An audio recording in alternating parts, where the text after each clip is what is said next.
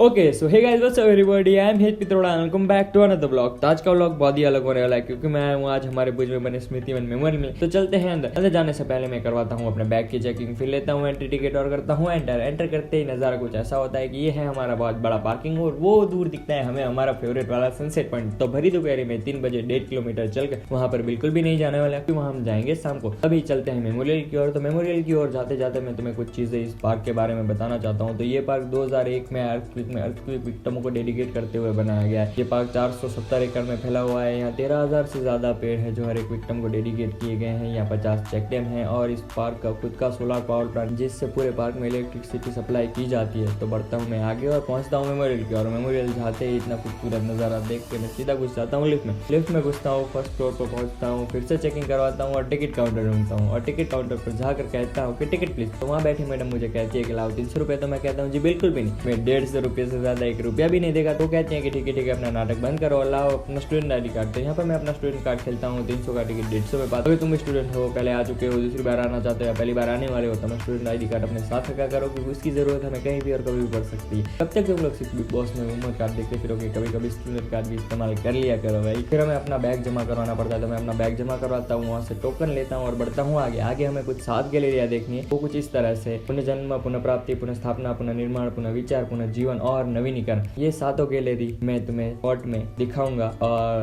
मैं चाहता हूँ कि तुम खुद यहाँ पर जाओ क्योंकि 1.5 घंटा मुझे ये सब घूमने में लगा था। तो मैं तुम्हें 5 या 10 मिनट के वीडियो में बिल्कुल भी एक्सप्लेन नहीं कर सकता कि वहाँ क्या है। अब मैं जाता हूँ पहली गैलरी की ओर और तुम लोग वीडियो एंजॉय करो। इन 4 गैलरी में हम रोशनी की बनावट और कटआउट के बारे में जानेंगे। आगे आइए। यहाँ पर प्लेटों का आपस में व्यवहार किस तरह से होता है वो हम जानेंगे।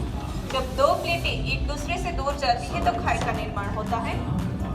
जब 2 प्लेटें एक दूसरे से नजदीक आती है तो पर्वत का निर्माण होता है। जब 2 प्लेटें एक दूसरे से समांतर होती है तो भूकंप का निर्माण होता है। धोलावीरा जो अपनी जल संचय प्रणाली और नगर व्यवस्था के लिए जाना जाता है, उसका एक सिटी मॉडल आप यहाँ पर देख सकते हैं। दूसरे नंबर पर है लोथल। वहाँ से हमें शिप के अंदर सामान लोड करने का बड़ा वाला डॉकयार्ड मिला है। उस समय लोथल व्यापार का मुख्य केंद्र था। ज़्यादातर जो व्यापार है वो पूरा लोथल से ही होता था। लोथल अपनी अर्थव्यवस्था और व्यापार के लिए जाना जाता है। उसके बाद है बगसरा। वहाँ से शिल्प उत्पादन के बड़े बड़े कारखाने मिले, वो शिल्प उत्पादन के क्षेत्र में जाना जाता है। और लास्ट में जो है सूरकोटा, वो अपनी हस्तकला के लिए जाना जाता है।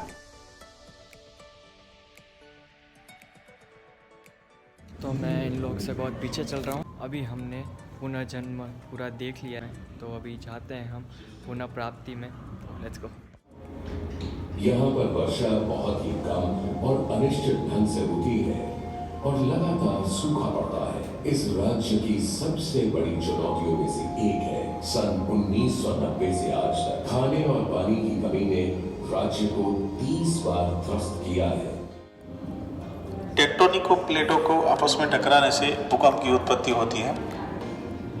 भूकंप का जो केंद्र बिंदु रहता है उनको हाइपोसेंटर बोलते हैं। जहाँ तक उनकी असर फैली जाती है उनको एपिसेंटर बोलते हैं। ओके सो गाइस, अभी हमने देखा पुनः प्राप्ति और पुनः प्राप्ति में है भूकंप कैसे आता है और हमारे कच्छ में और गुजरात में कौन कौन सी जगह हैं जहाँ पर भूकंप आता है। और हम यहाँ पर कोई सा भी दबाएंगे तो ये डिस्प्ले पर शो करेगा। ये रहा, ठीक है।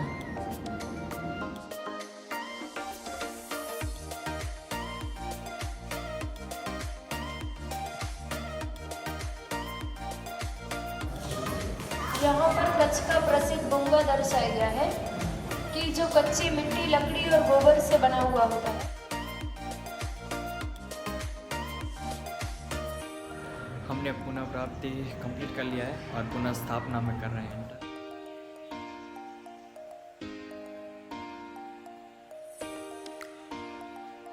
और ये बहुत कूल लग रहा है। एक चीज़ दिखाता हूँ, ये देखो। इस ब्लॉग में हमें जो 2001 में भूकंप आया था उसके बारे में बताया गया है और यहाँ पर पूरा भूकंप जैसा क्रिएट किया गया है। पूरी दीवारें टूटी हुई हैं, पत्थर पड़े हैं और रोने की आवाज़ वगैरह आ रही है। ये टूटा हुआ तुम लोग देख सकते हो और उसमें इंसान फंसे हुए हैं, वो सब है। और कुछ ओरिजिनल फोटोग्राफ्स भी हैं।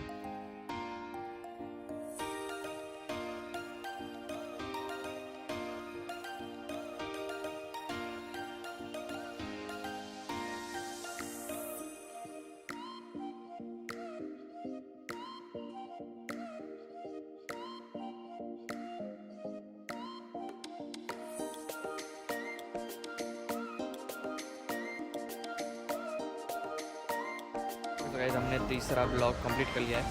पुणे स्थापना तब के फ़ोटोज़, कुछ लोगों के बयान वो वगैरह थे, और कैसे बस को एम्बुलेंस की तरह यूज़ किया गया था और कैसे सिचुएशन से निपटा गया था, वो सब था। गुजरात के लोगों का सामना हुआ एक भयानक हादसे से। 7.7 परिमाण वाले भूकंप ने इस राज्य को तहस नहस कर डाला। मैं हूँ चौथे ब्लॉग में पुनर्निर्माण में, तो मैं इन सब से पीछे पीछे चल रहा हूँ क्योंकि मेरे को तुम लोग को बताना भी है। तो अभी मैं हूँ पुनर्निर्माण में, आगे क्या है देखते हैं।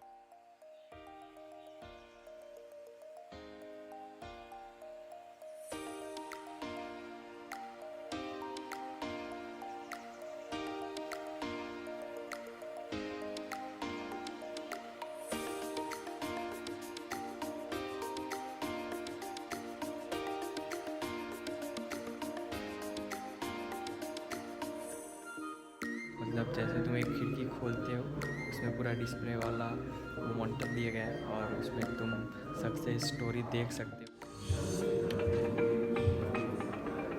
हमारी नहीं लेकिन कच्छ की पूरी कलाओं को बहुत झटका लगा। कई जगह लोगों का नुकसान हुआ, कई मकानों का, इमारतों का बहुत सारा नुकसान हुआ।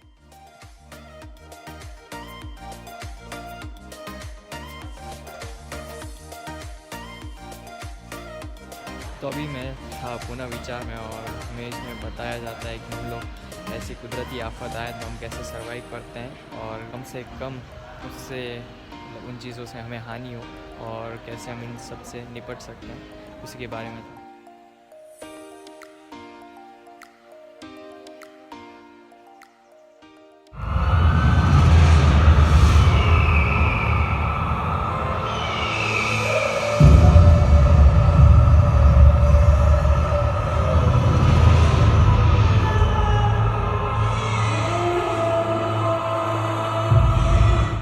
नमस्कार करेंगे। एक लाइट सामने दिखेगी, एक ज्योति प्रज्वलित होगी और ये लाइट ऊपर जाएगी और कुछ लोगों के नाम लिखे हुए रहेंगे 2001 के भूकंप में जिनकी मृत्यु हुई थी, उनमें से कुछ नाम यहाँ पे आपको सामने दिखेंगे और इस प्रकार से डिजिटल श्रद्धांजलि यहाँ पे आप दे सकते हैं। तो जिनको भी इच्छा हो आ सकते हैं। थोड़े लोग इस तरफ की लाइन में आ जाइए और कुछ लोग यहाँ पर इस तरफ की लाइन में आ जाइए। ओके तो गाइस मैंने 6 और 7 ब्लॉग पूरा कंप्लीट कर लिया। 6 ब्लॉग में हमने पूरा भूकंप एक्सपीरियंस किया कि कैसा आया था। 7 गैलरी में वो मतलब ब्लॉग में वो था कि डिजिटल श्रद्धांजलि वैसा।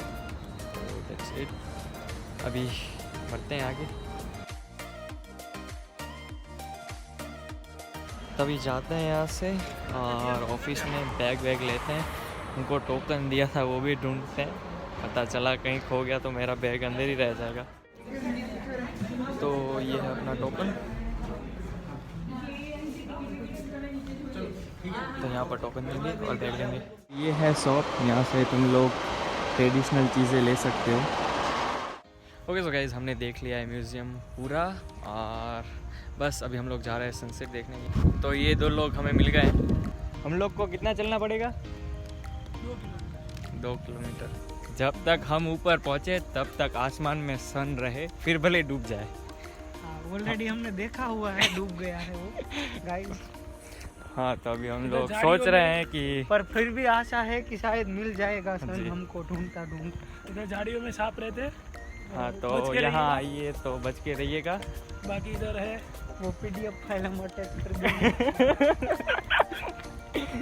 तो अभी हम एक कुंड के पास आए हैं, वहाँ पर जिसमें कुंड नहीं, कुंड के पास। ये हमारा दूसरा एपिसोड मैन वर्सेस बावड़ का,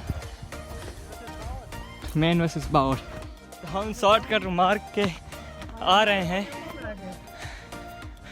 हमको लगता है हम गलत जगह आ गए। यहाँ से उतरना है कि चढ़ना है कुछ मालूम नहीं है हमें, बस शॉर्टकट रास्ता भूला जाए। हम जो चीज़ देखने आए थे वो तो हमें नहीं दिखी, पर उससे भी खूबसूरत नज़ारे हमारे सामने हैं। हमने सूरज को सोचा था पर हमको चांद मिला। हाँ ये चांद हम की सूरज जितनी को तारीफ देखने आए थे पर उतनी हमें कम है। चांद मिल गया। वाह वाह।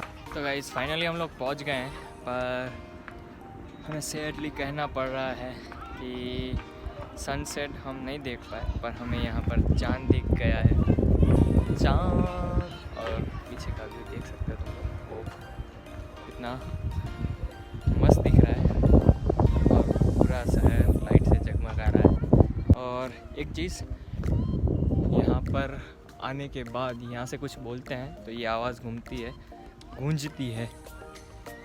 देखो, हेलो, मतलब प्रॉपर गूंजती है। ये सीमेंट की दीवार है तो उसकी वजह से पूरा आवाज़ वापस आता है। Mic check, mic check.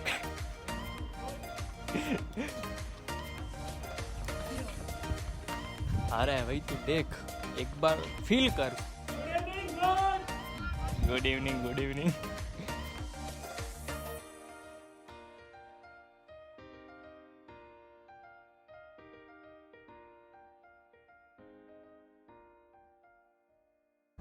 Okay, तो तुम लोग सोच रहे होगे कि वो दो लोग कौन थे मेरे साथ। तो मुझे ऐसे ही मिल गए थे रैंडमली, हम लोग साथ में एक ग्रुप में थे। वहीं से वो लोग जा रहे थे, मतलब हमारे घर के पास कॉलेज है, वहीं पर रहते। तो मतलब बातचीत में दोस्ती हो गई, तो वो गए हैं थोड़ा ऊपर घूमने और मैं यहीं पर बैठकर ये पूरा सीन एंजॉय कर रहा हूँ। आज का व्लॉग यहीं तक ही था। I hope you guys you enjoy this video. Please like, comment, share and subscribe my YouTube channel. Peace and bye. मिलते हैं अगले व्लॉग में जल्दी।